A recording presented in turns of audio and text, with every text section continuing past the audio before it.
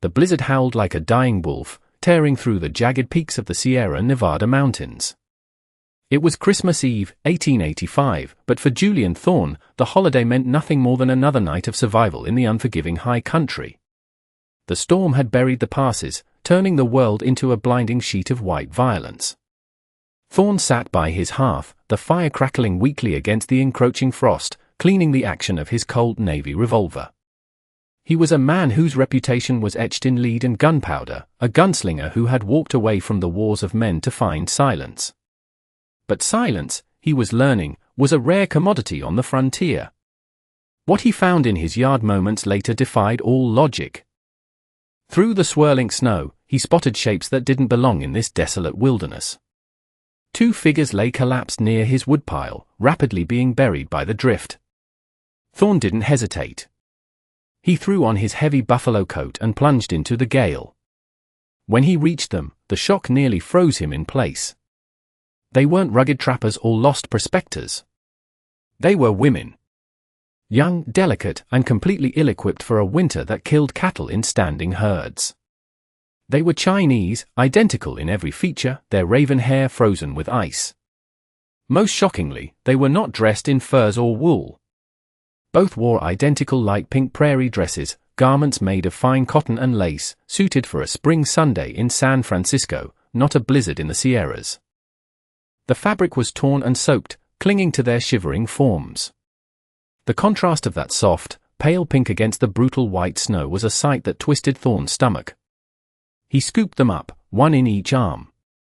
They were light, dangerously so, their skin burning with the paradoxical heat of severe hypothermia. He kicked his cabin door shut against the wind and laid them before the fire, stripping away the frozen layers of wet pink fabric to wrap them in thick wool blankets. For 3 hours, Thorne worked to keep them alive, rubbing circulation back into their limbs and feeding them warm broth. He was a killer by trade, but tonight he was a nursemaid. When the first woman opened her eyes, Thorne saw a terror that had nothing to do with the cold. She looked at him, then at her sister, her dark eyes wide and frantic. She grabbed Thorne's wrist with surprising strength. "Hide," she whispered, her English accented but clear. "Please." "They come." Thorne looked at the two women. Now that they were conscious, the resemblance was uncanny. They were mirror images of one another, possessed of a porcelain beauty that seemed almost supernatural in the flickering firelight. "Who is coming?" Thorne asked, his voice gravelly from disuse. "The tiger," the second sister whispered, clutching her blanket. "And our father." The story spilled out in fragmented, terrified bursts. Their names were Mai and Lin. They were the daughters of Master Chen, a man whose name was whispered with a mixture of reverence and fear from the rail yards of Sacramento to the opium dens of Deadwood. Chen was a tycoon of immense power, a man who moved mountains and men alike. But the tiger they spoke of was Silas Vane, a ruthless rail baron who had demanded a alliance with the Chen family. To seal the deal, Vane had demanded a bride. But Vane was a monster, known for breaking his wives. The twins, inseparable since birth, had overheard that Vane intended to take one and sell the other to the brothels of the Barbary Coast to ensure no familial loyalty could undermine him. Terrified, they had fled their father's traveling caravan 3 days ago, running into the teeth of the storm rather than face separation and slavery. They had run until the cold took their legs, collapsing on Thorne's land. "Helping us brings death," Mai said, her eyes locked on Thorne's. "Master Chen has trackers. Vane has killers. They will burn this cabin to get us." Thorne looked at his guns resting on the table. He looked at the window, where the snow battered the glass. He had spent 10 years running from his own demons, trying to avoid fights that weren't his. But looking at these two terrified women, shivering in his blankets, he felt the old iron settle in his gut. It was Christmas. And nobody was dying in his house tonight. "Let them come," Thorne muttered. The attack didn't wait for morning. An hour later, the sound of horses cut through the wind. Thorne blew out the lamp, plunging the cabin into darkness. He cracked the shutter. 5 riders. Not Chen's men, judging by their rough attire. These were hired guns, likely Vane's, looking to retrieve the property before the father could intervene. Marshals? Lynn asked, trembling. Mercenaries, Thorne corrected, checking the load in his Winchester. Stay down. A voice boomed from the darkness. We see the smoke, Thorne. We know you're in there. Send out the girls, and we leave you alive. Keep him, and we torch the place. Thorne didn't answer with words. He shattered the window pane with the barrel of his rifle and fired. The lead rider dropped from his saddle, screaming as he clutched his shoulder. The frontier exploded into chaos. Bullets chewed into the log walls, sending splinters flying. Thorne moved with the efficiency of a machine, firing, levering, and firing again. He wasn't shooting to scare, he was shooting to end it. Mai and Lynn huddled in the corner, clutching each other. They had heard stories of the Western gunslingers, men who were more myth than flesh, but watching Thorne was like watching a storm contained in a human shape. He held the door for hours, repelling wave after wave of probing attacks. When the ammunition ran low, he switched to his revolvers. By the time the grey light of dawn began to bleed over the mountains, for men lay dead in the snow, their blood staining the pristine white. The fifth had fled. The storm had broken, leaving a silence so heavy it pressed against the ears. Thorne slumped against the wall, exhausted. He had a graze on his cheek and a bullet hole through his coat, but he was alive. Mai crawled toward him, tearing a strip from her petticoat to press against his bleeding cheek. Why? She asked softly. You do not know us. You came to my door, Thorne grunted, wincing as she cleaned the wound. That makes you my responsibility. Our father comes now, Lynn said, staring out the window at the clearing sky. The gunfire will draw him. He is worse than the men you killed. Thorne reloaded his weapons. Then we wait. They didn't have to wait long. By mid-morning, the valley trembled with the sound of a massive party approaching. This wasn't a ragged band of mercenaries, this was a procession. Over the ridge came 20 riders, flanked by a pristine black carriage on sled runners. The men wore heavy coats of wolf fur and carried repeating rifles. They surrounded the cabin with military precision. The carriage door opened, and Master Chen stepped out. He was an older man, but he stood with a rigid, imperial posture. He wore a long silk robe beneath a heavy fur cloak, and his eyes were as cold and hard as obsidian. He surveyed the dead bodies in the yard with mild disinterest before fixing his gaze on the cabin door. Julian Thorne. Chen's voice was calm, carrying effortlessly across the yard. You have something that belongs to the house of Chen. Thorne kicked the door open and stepped out, his thumbs hooked in his gun belt. He left the girls inside. I have 2 guests, Thorne called back. They don't look like property to me. Chen walked forward, his boots crunching on the frozen crust. 2 bodyguards flanked him, hands on their weapons. My daughters were foolish to run. They have dishonored an agreement. They must return. They were running from a man who planned to sell one and break the other, Thorne said, his voice flat. I don't think they're going anywhere. Chen stopped 10 paces away. He studied Thorne, the blood on his face, the steady hands, the carnage in the yard. You killed Vane's men. That is inconvenient. But it also proves a point. You defended them. All night, Thorne said. And you asked for no payment. It's Christmas, Thorne said dryly. Call it a gift. Chen remained silent for a long time. The tension was palpable. The bodyguards were itching to draw, but Chen raised a hand, stopping them. He looked at the cabin window where the twin faces of Mai and Lin were pressed against the glass. Bring them out, Chen commanded. I wish to speak to them. Thorne nodded once. He signaled the girls. They emerged slowly, still wearing the blankets over their ruined pink dresses.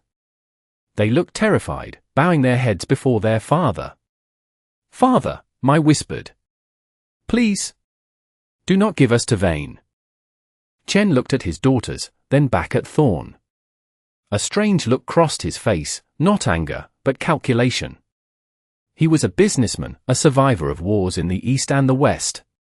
He saw the way his daughters stood near the gunslinger, not behind him like cowards, but beside him. He saw the way Thorn angled his body to shield them both. Vane is a problem, Chen admitted, his voice lowering so only they could hear. He has political power. Breaking the betrothal means war on my rails. He will claim I acted in bad faith. Unless... Chen trailed off, his eyes narrowing as he looked at Thorn. Unless what? Thorn asked. Unless the daughters are no longer mine to give, Chen said. By the laws of this territory, and by the traditions of my ancestors, a life debt changes ownership of destiny. You saved them from the storm. You saved them from Vane's killers. Their lives are technically yours. I don't want to own anyone, Thorn snapped. It is not about ownership, Mr. Thorn. It is about protection, Chen said. Vane will come back. He will bring the law, or he will bring an army. I cannot fight him openly without losing my railroad. But you are a ghost. You have no railroad to burn. Get to the point, Thorn growled. The shocking decision is this, Chen announced, turning to his men so they could bear witness. My daughters cannot be separated. Their souls are one. Vane wished to sever them. I will not allow it. Since you saved both, you are responsible for both. To break the contract with Vane legally, they must be married immediately. To a man who has earned the right by blood. Thorn blinked. Married? To which one? Chen smiled, a thin, sharp expression. You do not listen, Mr. Thorn. They are identical. They are one spirit in two bodies. You cannot marry one and leave the other to be preyed upon. You must marry both. Thorn stared at the man. That's illegal in this territory. The territory is vast, Chen waved a hand dismissively. And I have judges in my pocket who owe me more than they owe the governor. We will conduct a ceremony here, under the laws of my ancestors, and I will have the papers forged by morning to satisfy your American courts. You marry them, and they become untouchable. Vane cannot claim another man's wives without starting a blood feud that the law will not support. Mai and Lin looked at Thorn. The terror in their eyes had been replaced by a desperate hope. They stepped closer to him. He saved us, Lin said softly to her father. He fought for us when he owed us nothing. He is a warrior, Mai added. Better a warrior than a monster. Thorn looked at the twins. He looked at the snow-covered valley. He was a loner. A drifter. The idea of a wife was terrifying enough. The idea of two was insanity. But he looked at the pink dresses, tattered and stained, and remembered how small they had felt when he carried them out of the storm. If he said no, Chen would likely be forced by politics to hand them over to Vane, or they would be hunted down eventually. I have nothing to offer them, Thorn said quietly. Just a cabin and a gun. Safety is a rare dowry, Chen replied. And you will not be poor. The house of Chen pays its debts. You will manage the pass for my trains. You will be protected. Thorn looked at Mai. She reached out and took his left hand. Lin took his right. Their grips were firm. They weren't asking to be saved anymore, they were choosing their savior. I accept, Thorn said. The words felt heavy, like a sentence and a vow combined.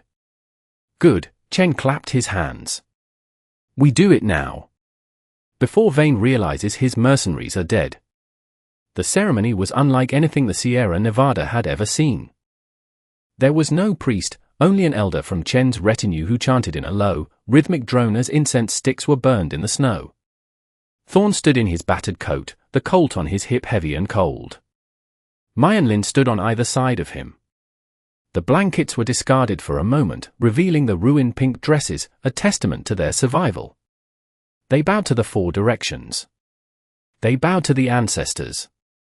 And finally, they bowed to Thorn. Master Chen produced 2 rings of jade, slipping them onto Thorn's pinky fingers, as his hands were too large for them to fit elsewhere. You are family now, Chen said, his voice void of the earlier coldness.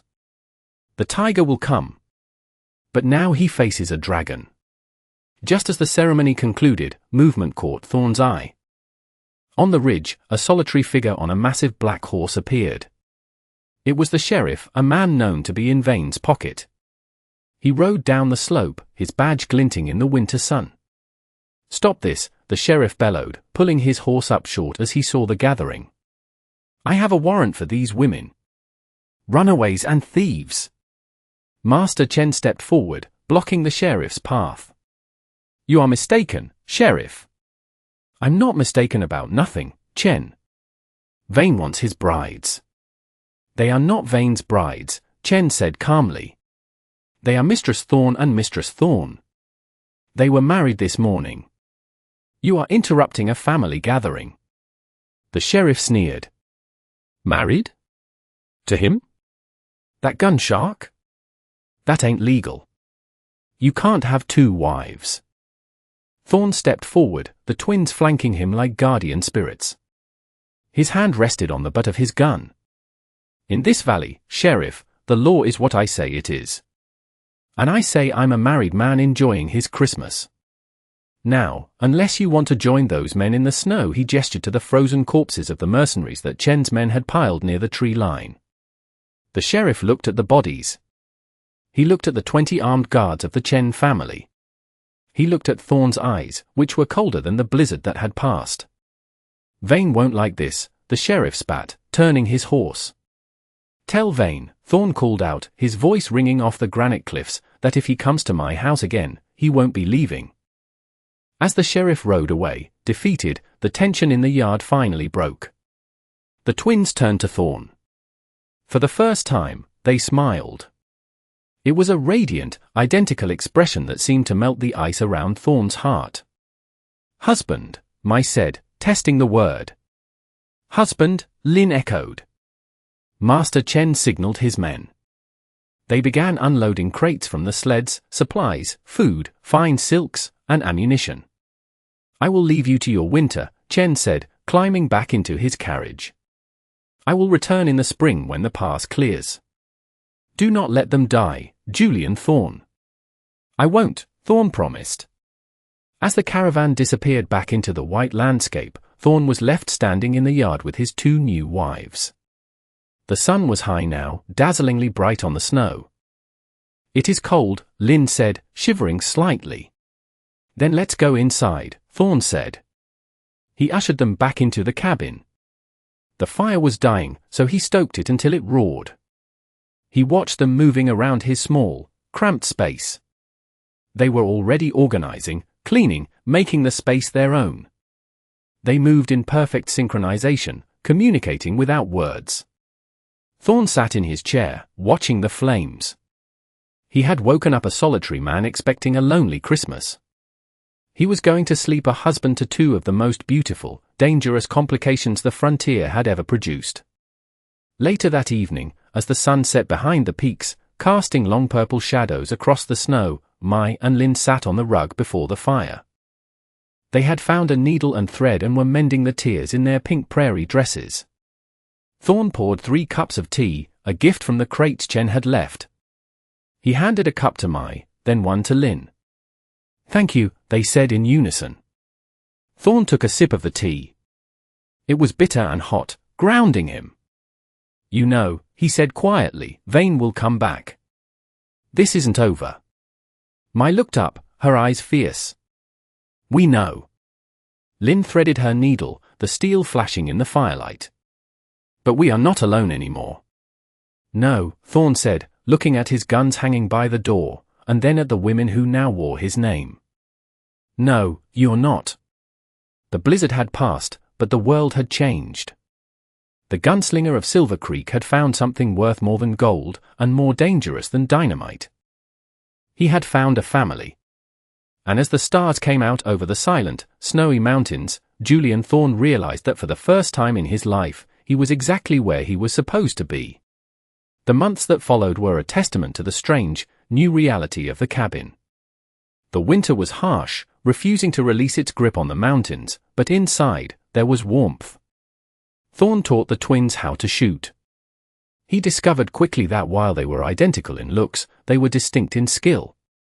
Mai had a steady hand and the patience of a sniper. She took to the rifle as if she had been born with it. Lin was quicker, more reactive. She favored the revolver, practicing her draw until her speed rivaled Thorn's own. They, in turn, transformed his world. The grim, bachelor existence of the cabin vanished. The air, once smelling only of stale tobacco and gun oil, now carried the scents of spices and herbs they found in the provisions. They taught him the language of their father, the intricate politics of the railroad, and the philosophy of the East. But the threat of the tiger remained a shadow over their happiness. Spring arrived with the cracking of ice and the roar of the meltwater in the creek. With the thaw came the news Thorn had been expecting. A rider from the nearest mining town brought word Silas Vane was coming. He wasn't bringing lawmen this time.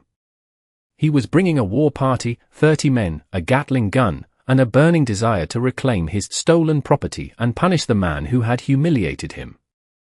Thorn watched the rider leave, then turned to his wives. They were standing on the porch, wearing practical buckskins they had sewn themselves, their pink dresses packed away in a cedar chest as a memory of a weaker time. 30 men, Thorn said. We have the high ground, Mai noted, scanning the ridge. We have the trap zones we prepared, Lin added, checking the cylinder of her revolver. Thorn smiled, a rare expression that reached his eyes. And we have Christmas. Christmas? Lin asked, confused. It is April. The surprise, Thorn clarified. We give them something they don't expect. 2 days later, Vane's posse rode into the valley. Silas Vane rode at the front, a massive man with a beard like iron wire. He halted his men at the edge of the clearing. Thorn! Vane roared. Send out the women, and I'll kill you quick. Make me come in there, and I'll peel the skin from your bones. Silence answered him. The cabin looked deserted. Burn it out! Vane ordered. As his men spurred their horses forward, the ground in front of them erupted. Thorn had buried dynamite, stolen from the mines years ago, under the snow-softened earth. The explosion shattered the charge, throwing horses and men into chaos. From the ridge above the cabin, the crack of a Winchester echoed. Mai lay prone in the rocks, firing with deadly precision. Every shot entered a saddle. Vane screamed orders, trying to rally his men, but they were caught in a crossfire. From the tree line, Lin moved like a ghost, her revolvers barking. She didn't shoot to kill, she shot to cripple, hitting legs and shoulders, creating confusion and panic. Thorn stepped out from the shadow of the barn, a shotgun in his hands. He walked directly toward Vane, ignoring the chaos around him. Vane saw him and raised his pistol, but fear made his hand shake. This wasn't a rancher defending his home. This was a reaper. Thorn didn't fire. He walked up to Vane's horse, grabbed the bridle, and ripped the man from the saddle with one hand. Vane hit the mud with a wet thud. Before he could rise, Thorn's boot was on his chest, the shotgun pressed under his chin. I told your sheriff, Thorn said calmly, that if you came back, you wouldn't leave. The gunfire stopped. Vane's surviving mercenaries looked at their fallen leader, then at the 2 women who had materialized from the woods to stand beside Thorn. They looked at the identical faces, the smoking guns, and the cold determination. Please, Vane gasped. I'll leave. I'll sign whatever you want. Thorn looked at Mai and Lin. It's your choice. Mai stepped forward. Go, she said. Tell the world that the daughters of Chen are not cattle to be traded. Lin stepped up beside her sister. Tell them that if they come for the Thorn family, they should bring more men. Vane scrambled to his horse and fled, his shattered posse limping behind him. He never returned. The legend of the 2-headed dragon of Silver Creek spread across the west, a tale of a gunslinger and his twin warrior wives who held the pass against an army. Years later, the cabin had grown into a sprawling ranch. The railroad ran through the lower pass, paying a handsome toll to the Thorn family for protection. Master Chen visited every Christmas, bringing gifts of silk and jade. On one such Christmas, decades later, an old Julian Thorn sat on his porch, watching his grandchildren play in the snow. Mai and Lin sat on either side of him, their hair streaked with grey, but their hands still warm in his. "It is snowing again," Mai observed. "Just like that night," Lin said. Thorn reached into his pocket and pulled out a piece of fabric he had kept for 40 years, a scrap of lace from a light pink prairie dress. He looked at the mountains, wild and beautiful. "Best Christmas I ever had," he whispered. The sisters leaned their heads on his shoulders, identical in their love, identical in their peace. The shocking decision of a father had become the blessing of a lifetime, proving that sometimes, in the harsh math of the frontier, 1 + 2 equaled forever.